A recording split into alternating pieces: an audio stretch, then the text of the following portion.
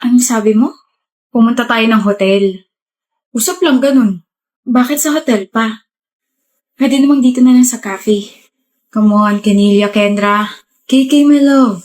Hindi mo ba naisip na mas payapa ron? Na mas tahimik at makakapag-usap tayo ron? May aircon pa, di ba? Varkin kasi... Canilla, mahal mo ako, di ba? Canilla. Yes, I love you, but... Tara, pumunta tayo ng hotel ngayon. Don't worry. I'll pay for everything. Ayoko. Canilla, don't make me lose my temper here. You don't want me to get mad, right? Kaya tara na. I promise you, everything will be worth it. Bakit ka tumigil? Varkin, ayoko. Ayaw mo? Bakit? Nag-aaral pa tayo eh. Ano naman? Hindi pa ako ready. Hindi ka pa ready pero ready ka makipaglandi at tawanan sa ibang lalaki? Varkin, yung boses mo. Baka alam mo kung tinataasan kita ng boses. Nakakainis ka kasi. Tsaka ano sabi mo kanina? Mahal mo ako? Huwag naman pala eh. Bumigay ka na. Huwag mo akong pilitin. Hindi kita pinipilit. Inuutusan kitang babae ka. Wala ka nang ibang magandang ginagawa tapos ganito ka pa.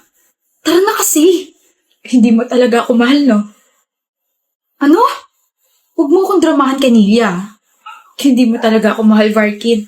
May gusto ka lang makuha sa akin. Pagkatapos nun, itatapon mo na lang ako na parang basura. Paano mo nalaman? Tain na, matalino ka nga pala. Bakit? Wala lang. Trip-trip lang namin magkakaibigan. Hindi ka naaawa sa akin? Mas naawa ako sa sarili ko. Pinatulan kita eh. Tutuloy ba tayo sa hotel o ano? Varkin, ayoko. Ayoko. Ayaw mo talaga? Tiga Batangas ka pa, di ba? Umuwi ka mag-isa mo. Paka-arte nito.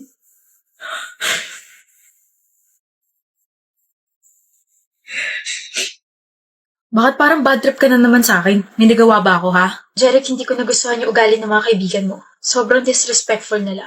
Minimension pa nila yung ex mo sa harap ko tapos ikaw, natatawa ka pa. Halata namang they don't like me. That was just a joke, Mila. A joke na nakakasakit ng damdamin ng girlfriend mo.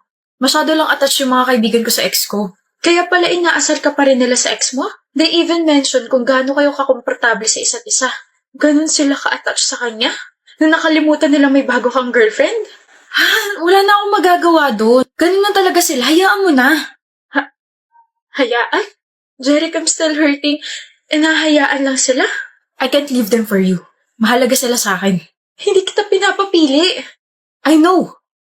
Pero if you're uncomfy around them, then you're not for me. Masyado kang sensitive. Di ka makatake ng joke. But? Mila. Huh? Are you okay, babe? May naalala lang. Okay. So, here are my friends. Si Ice at saka si Francis. Guys, this is my girlfriend. Si Mila. So, totoo ka nga. Huh? Nag-i-exist ka nga talaga. What? Halika na, Bi. Nung pinakita ni Gian yung picture mo sa amin, hindi kami naniwalang papatulan mo siya kasi pangit niya eh. Tigilan niyo nga ako. Anyway, grabe. Totoo ka nga talaga. I'm Francis. This is Ice. Don't worry. Aalagaan ka nitong utol namin kahit mukhang hindi niya inaalagaan sarili niya. Visit naman. Tanungin mo lang kung anong gusto mo malaman dyan. Ikukwento namin. Kunwari, naihiyan sa pantalon nung high school kami kasi tinalunan siya ng daga eh. Di titigil ha? Sabi ko nga eh, paparating na rin yung girlfriend ko, pati yung girlfriend ni Francis. Magkakasundo kayo nun. Samahan ng mga may jowang nilalaglag ang isa't isa. Pangat pa ng sombrero mo. Huwag mo nga pansinin to sombrero ko, gawa to ng girlfriend ko yun. Adan muna kami. Maya ulit. Pagpasensyahan mo na yung mga yun ha. Kukulit eh. Your friends are nice and funny. Eh ako? Paano naman ako? Gwapo. Lang? Gwapo at saka mahal ko. Bakit? Kinilig tiyan ko. Baka maihi ka bigla ha? La, nangaasar ka? Halika na. Hoy, road trip tayo bukas. Sino G? Paalam lang ako. Kanino, Jack? Sa parents mo? Palagi ka naman pinapayagan ng mga yun Sa girlfriend ko si Leah. Siya yung papaalam mo na kay Ash. Anak ng mga under! Ang corny nyo ba? Ang cringe pati. Bakit nyo kailangan magpaalam sa mga girlfriend nyo? Ano yan? Kasi girlfriend namin sila, Adli. Ayaw namin sila mag-overthink. And wala namang masama kung magpapaalam kami. Hindi Ibig sabihin, hawak nila yung mga desisyon nyo sa buhay? Kadiri, mga babae moments nga naman. Uy, Adli, ito yung isa sa mga rason kung bakit ayaw ko mag-girlfriend. Bakit kayo hihingi ng permiso sa babae mo, magro-road trip lang naman tayo? Hadlang sila sa kasiyahan nating mga lalaki. Lasing ka ba o hindi ka lang nakapag-toothbrush? Ang dumi kasi ng bunganga mo, Adli. Kaya ka walang girlfriend kasi ganyan ka magsalita. Hindi ko gagawin yung mga pinagagawa ninyo. Tignan nyo, kinikilabutan ako. Kakainin mo rin yung mga pinagsasabi mo. Gugutumin ko na lang yung sarili ko. Mga under. Hoy, Adli, mag-billiards tayo tapos may inuman. Papaalam lang ako. Sa girlfriend mo? Sige. Sa crush kong si... Crush? Crush pa lang? Ganon? Sige, chat mo na lang ako Sige. Hindi magpapaalam sa girlfriend, Red. Hindi rin sa nililigawan, Jack. Kung hindi sa crush naman pala magpapaalam itong kaibigan nating si Adli. Iba pala magkagusto to Ano nga ulit yung sabi niya 2 years ago, bro? Sabi niya, mga under daw yung mga nagpapaalam. Mga cringe raw. Ano po yung isang sinabi niya? Hadlang daw mga babae sa kasiyahan natin. Tapos ngayon, crush pala nagpapaalam na agad. Grabe ka na, Adli Your heart is so unpredictable. Oo na, ang daming sinasabi. Oo na! I was immature, okay? May character development na ako. Tsaka hindi ko lang siya basta crush. Iligawan ko na siya. Gusto ko siya, tsaka isa siya sa mga dahilan kung bakit masaya ako palagi. Kaya oo na, mali na ako dati. Para akong tatay mo sa sobrang proud sa'yo. Dahil dyan, mag-triple date tayo this weekend. Triple date? So, kasama rin si Jana ko. Hindi pre, triple date. Tayong 3 lang. Huwag na mo to si Jack. Tinatanong na maayos tapos parang ewan naman sumagot. Ewan ko sa'yo. Pikon. I'm home, babe. I said I'm home. Where's my kiss? Galit ka ba sa akin, Therese? Hindi. Bakit ang cold mo? Hindi ba pwede? May problema ba tayo? Wala. Bakit nga ang cold mo? May nagawa ba ako na hindi mo nagustuhan? Bakit hindi mo itanong sa sarili mo, Eric? Ano? Akala mo ba hindi ko malalaman? Malalaman ng ano? Nung matagal mo na ako niloloko. Kulang ka lang sa tulog, mahal. But I have a proof. Ano? Sinend sa akin ng tropa mo yung picture niya ng babae mo. Therese naman. Gaano katagal mo na ako niloloko? Therese. Stop calling my name, Eric. Kilala ko sarili ko, okay? Now answer my question. Gaano katagal mo na ako niloloko? Okay. 4 months. I really don't know what happened. It was just normal hook up, but then she was that good, so I asked for more. Ayaw mo kasing gawin natin Wait, what? Pero Teresa, yun naman ako lagi uwi. Totoong niloloko mo ko? I was just pranking you, Eric. Prank? My Facebook followers asked me to prank you. What? Therese, they've been watching us since our conversation started.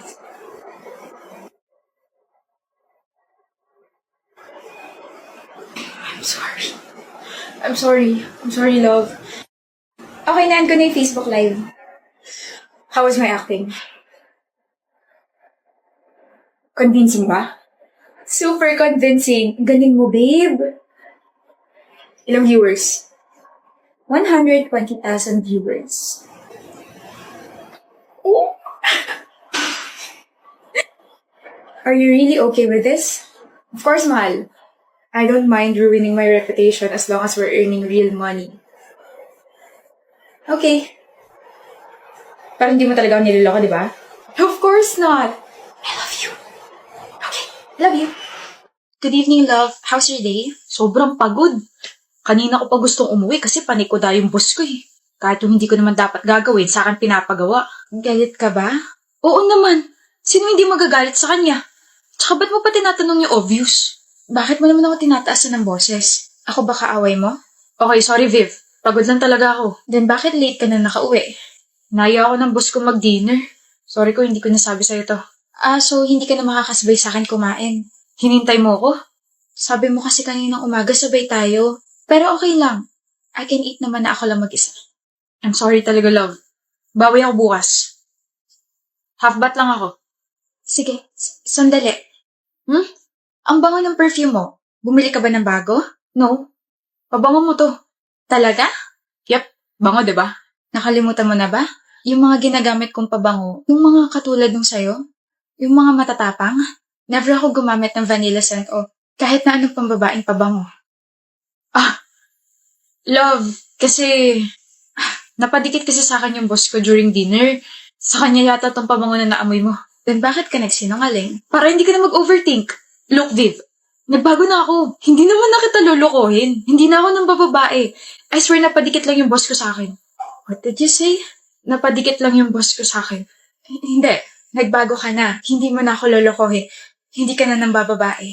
So, ibig sabihin, ilang beses mo na ako niloko dati. Tama pala yung hula ko. Viv, wait. That was a year ago. Nagbago na ako, Viv. Viv, huwag kang lalapit dahil nagsisimula na ako mandiri sa'yo. I asked you a lot of times. I gave you a chance to tell the truth. Pero totoo pala talaga. Nabihan mo pa ako na nahihibang na ako na gawa-gawa lang yun ang utak ko. Kahit siguro ilang beses mo sabihin na nagbago ka na, kahit ilang beses kang mag-explain, hindi na mawawala sa utak ko yung sinabi mo. Ano pa bang tinatago mo, Ambrose? Wala na. Wala na akong tinatago. See? Hindi na ako naniniwala. No, I can't marry you. Viv, malapit na yung kasal natin. At malapit na rin ako maubos, Ambrose. I really can't marry you. Viv,